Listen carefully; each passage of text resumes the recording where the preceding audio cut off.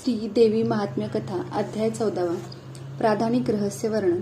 श्री गणेशाय नमः. श्री देवे नमः. आपल्या भक्तांना सर्व पुरुषार्थ देणाऱ्या हे भगवती, तुझा जय जयकार असो.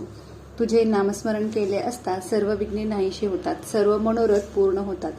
तुझी सतत मनोभावे भक्ती करणाऱ्या तुझ्या भक्तांची थोरवी मी बरे काय सांगणार. हे देवी, तुझे महात्म्य वेदांनाही पूर्णपणे कळत नाही, म्हणून तर स्वतः ब्रह्मदेव तुझ्या चरणी नतमस्तक झाले. अशा परिस्थितीत माझी प्रौढी काय बरे. तुझ्या गुणनिधीच्या पैलथडी जाण्यासाठी तूच आपल्या भक्तांच्या मुखे कथा वदविते असतेस. मागील अध्यायात देवीने सुरतराजा व समाधिवैश्य यांना वरदान दिल्याची कथा सांगितली. आता प्राधानिक रहस्य सांगतो. सुरतराजा व समाधिवैश्य यांनी देवीची 3 वर्षे मनोभावे आराधना केली. प्रसन्न झालेल्या देवीने सुरताला राज्य दिले व वैश्याला परम ज्ञान दिले. त्यामुळे ते दोघे धन्य झाले. असे बोलून शौनकादिक ऋषींनी सुतांना म्हणाले, ही कथा आम्ही ऐकली आहे, तरी सुद्धा देवीची आराधना कशी करावी ही शंका आमच्या मनात आहेच, म्हणून कृपा करून आमची शंका दूर करावी.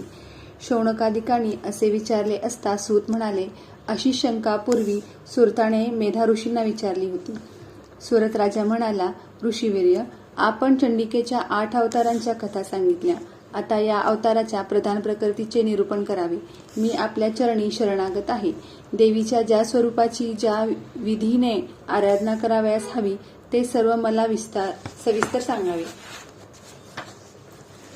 मेधा ऋषी म्हणाले, राजा, हे रहस्य अत्यंत गोपनीय आहे. कधीही कुणालाही ते सांगू नये, परंतु तू माझा भक्त आहेस म्हणून तुला सांगू नये, तुझ्यापासून लपवून ठेवावे असे माझ्याजवळ काहीही नाही. हे राजा, प्रथम रहस्यात पराशक्ती महालक्ष्मीच्या स्वरूपाचे प्रतिपादन केले आहे. महालक्ष्मीच देवीच्या सर्व विकृतीची प्रधान प्रकृती आहे, म्हणूनच त्याला प्राकृतिक किंवा प्राधानिक रहस्य असे म्हणतात. हे राजा, त्रिगुणात्मक परमेश्वरी महालक्ष्मी सर्वांचे आदिकरण आहे. तिने दृश्य किंवा अदृश्य रूपाने संपूर्ण विश्वाला व्यापले आहे. हे राजा, तिने आपल्या 4 हातात महाळुंग, गदा, खेट व पाणपात्र धारण केले असून आपल्या मस्तकावर नाग, लिंग व योनी या वस्तू धारण केल्या आहेत. तिची कांती तप्त सुवर्णाप्रमाणे असून तिचे अलंकारही तप्त सुवर्णांचेच आहेत. तिने आपल्या तेजाने शून्य जग परिपूर्ण केले आहे.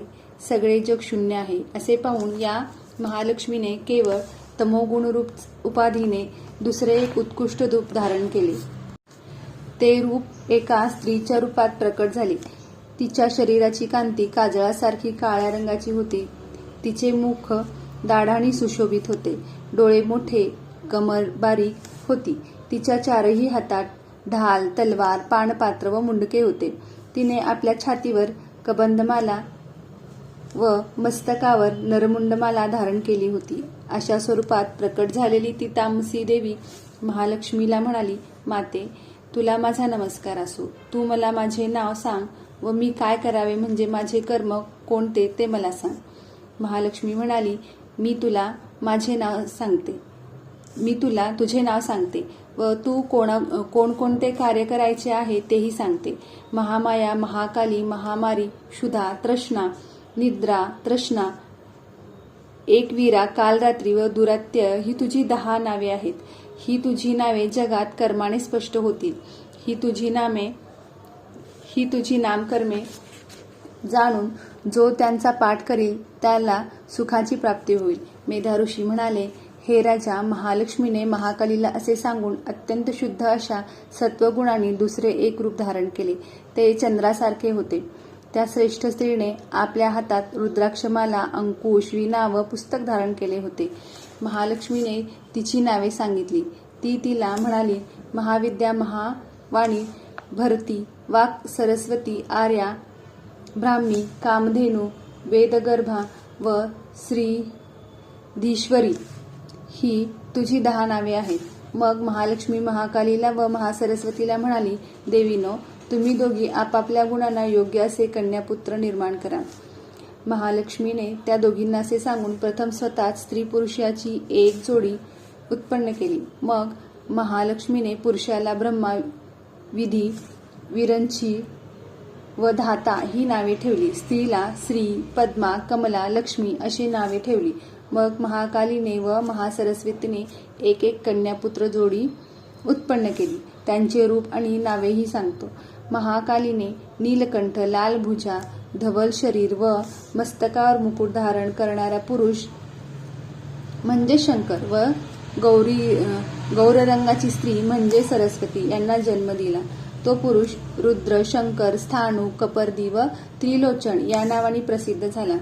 स्त्री त्रयी विद्या, कामधेनू, भाषा, अक्षरा व स्वरा या नावांनी प्रसिद्ध झाली.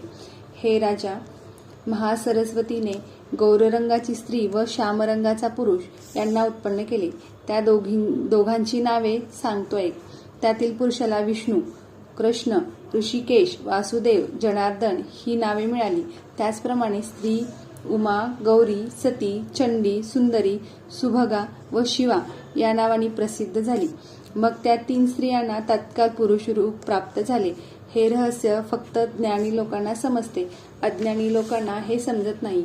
हे राजा, महालक्ष्मीने त्रिविद्यारूप सरस्वती ब्रह्मदेवाला पत्नी म्हणून अर्पण केली. रुद्राला वरदायिनी गौरी दिली व भगवान वासुदेवाला लक्ष्मी पत्नी म्हणून अर्पण केली.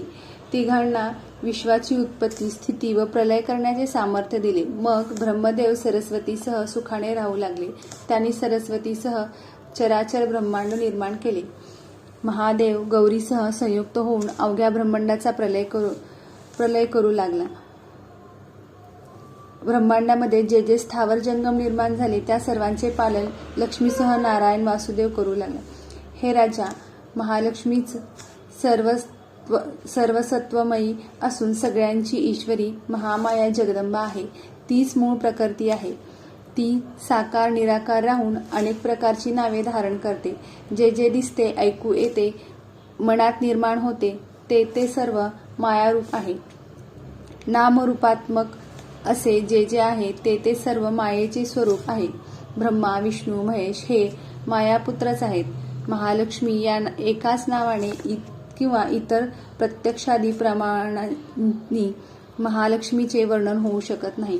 अशा या परमश्रेष्ठ महालक्ष्मीची अत्यंत भक्तिभावाने आराधना करावी. आता पुढील अध्यायात वैकृत रहस्य सांगितले जाईल. या अध्यायाचे भक्तिभावाने श्रवण पठण केले असता सर्व पीडा नाहीशा होतात. सर्व संकटातून त्वरित सुटका होते. श्री मार्कंडेय पुराणाच्या सवर्णिकीय मन्वंतरातील देवी महात्म्यातील प्राधानिक रहस्य नावाचा 14वा अध्याय समाप्त. श्री जगदंबा अर्पणामस्तु. शुभम भवतु.